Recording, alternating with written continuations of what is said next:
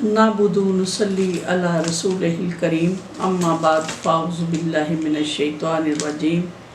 बिस्मिल्लाहिर रहमानिर रहीम। मेरे प्यारे व्यूअर्स, सुनने और देखने वाले लोगों को मिसेस जाज़वाला का अस्सलामु अलैकुम वरहमतुल्लाहि वबरकातुहू। आज मैं कुछ टाइम के बाद आपसे मुखातब हूँ और आपसे हाज़िर हूँ कि चंद गुज़ारिशात कर दूँ उन बच्चों के बारे में जो अभी ग्रोइंग एज में कदम रख रहे हैं। ग्रोइंग एज का मतलब होता है किसी भी चीज़ में बढ़ना, आगे जाना, मुकाबलाबाजी करना, लोगों से ताल्लुक़ रखना, माहौल पैदा करना, माहौल में जाना। 7 से 8 साल का बच्चा maximum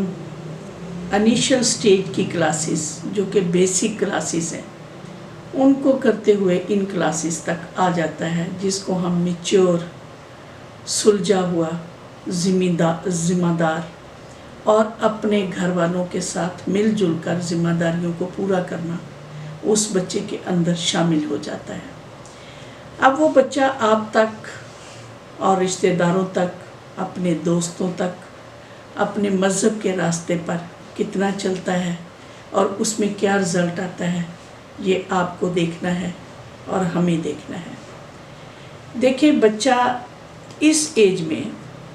social activity, physical activity,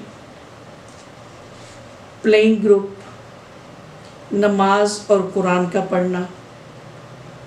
religious mind का होना, रिलीजियस माइंड को समझना, वालिदैन की ज़िम्मेदारी और वालिदैन के अगर वालिदैन ज़िंदा हों यानी ग्रैंड फादर, ग्रैंड मदर, उनकी ज़िम्मेदारी, अपनी ज़िम्मेदारी, रिस्पॉन्सिबल पर्सनैलिटी कैसे बनता है और उसको कैसे ये महसूस करवाया जाता है, कैसे उसको ये तमाम चीज़ें उसके दिल और दिमाग में आती हैं ताकि वो उनको मानकर एक अच्छा शहरी, अच्छी औलाद, अच्छा दीन का समझने वाला बन जाए। देखिए, इस उम्र में बच्चा अपनी उम्र से ज़्यादा सोचता है, बातूनी होता है। इसमें बच्चा झूठ भी बोल जाता है, मनगढ़ंत कहानियों में भी आ जाता है, बहुत कुछ सोचता है लेकिन कर नहीं पाता। तो उसमें पेरेंट्स को, टीचर्स को, इंस्टीट्यूशन को, सबको एक मरकज़ पे इकट्ठे होना होगा। जब तीनों टीचर की आपस में मीटिंग होती है, वो उसमें उसके ड्रॉबैक्स और उसकी अच्छी बातों को करते हैं,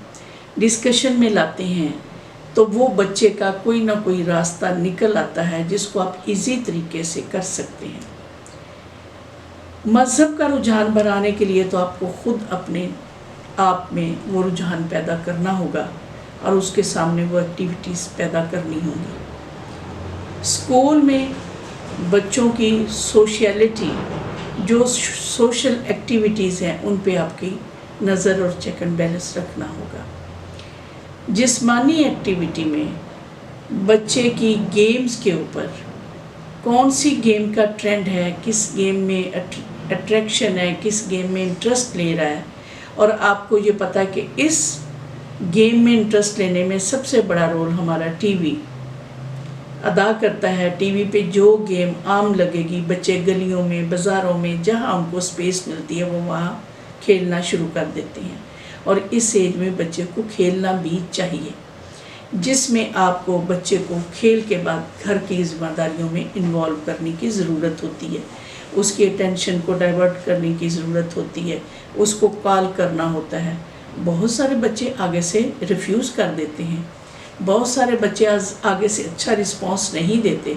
तो पेरेंट्स को उसमें दिल छोटा नहीं करना चाहिए। पेरेंट्स को उसमें सेक्रिफिकेशन करनी चाहिए और उसके बच्चे का जो भी रवैया है उसको जिस तरह भी वो अल्टर कर सकते हैं, जिस तरह भी वो मोटिवेट कर सकते हैं, लेक्चर की सूरत में, अदर एक्टिविटीज़ देने की सूरत में, किसी अच्छे काम में इन्वॉल्व करने की सूरत में उनको करना चाहिए। اس ایج میں بچہ اسٹڈی میں سب کچھ سیکھ جاتا ہے، لکھنا بھی آتا ہے، پڑھنا بھی آتا ہے، نوٹ کرنا بھی آتا ہے، لیکن کیا چیز نہیں آتی؟ کانسیپٹ آف تھیم نہیں آتا، کانسیپٹ کلیئر نہیں ہوتا۔ اس میں ٹیچرز کا رول ہے، اس میں ایک بہترین استاد کا رول ہے کہ وہ بچے کو جو پڑھا رہا ہے، جو ٹاپک دے رہا ہے، اس کا تھیم اس کو سمجھائے، اس کا آئیڈیا اس کو دے، اور اس کا آئیڈیا اس کی روزمرہ زندگی جو اس کے ارد گرد ہے اس کی مثال دے کر اس کو دے، تاکہ وہ اس کو سمجھ جائے کہ ہمارے ارد گرد اور ہمارے پاس کس قسم کی چیزیں ہیں جن کو ہم آبزرو کر سکتے ہیں، جن کو ہم سوچ سکتے ہیں، جن کو ہم امپلیمنٹیشن میں لا سکتے ہیں۔ وہی چیزیں امپلیمنٹیشن میں لا کے ہم ایک اچھے رزلٹ مرتب کر سکتے ہیں۔ اس عمر میں نے بچوں میں دیکھا ہے اگریسونیس آ جاتی ہے، بچہ آگے سے آرگو کرتا ہے، کوئی بھی چیز مسلسل سننا نہیں چاہتا، اپنی آرگو میں، اپنی صفائی میں آرگو دینے میں جلدی کرتا ہے، بچہ تیز ہے، بچہ آپ کی بات کو برداشت نہیں کرتا، بچہ ضدی ہے، بچہ بڑوں کا ادب کرنا نہیں سمجھتا، وہ آگے سے اگریسو موڈ میں جواب دیتا ہے، تو پیرنٹس وہاں پر پریشان ہو جاتے ہیں۔ آج میں آپ لوگوں کو اس پریشانی کا روحانی وظیفہ بھی بتاؤں گی اور بچوں کے ساتھ بیہیویئر بھی بتاؤں گی کہ آپ کن چیزوں کو اڈاپٹ کر کے بچوں کی ان ساری چیزوں کو کنٹرول کر سکتے ہیں۔ دیکھیں، سب سے پہلے ہم نے بچے میں مذہبی رجحان پیدا کرنا ہے، تو سورت فجر پڑھ کے مصلی پہ بیٹھ کر آپ نے الرحمن الرحیم، الرحمن الرحیم، الرحمن الرحیم 101 دفعہ پڑھنا ہے۔ 3 دفعہ درود پاک پہلے پڑھنا ہے اور 3 دفعہ بعد میں پڑھنا ہے۔ انشاءاللہ یہ آزمودہ نسخہ ہے کہ پانی کا گلاس آپ اپنے پاس رکھیں اور اس کے بعد اس میں پھونک مار دیں، اور اپنے بچے کو جب پیاس لگے پانی اپنے ہاتھ سے دیں، دائیں ہاتھ سے دیں، بسم اللہ الرحمن الرحیم پڑھ کے دیں۔ بچہ وہ پانی پیے گا تو انشاءاللہ العزیز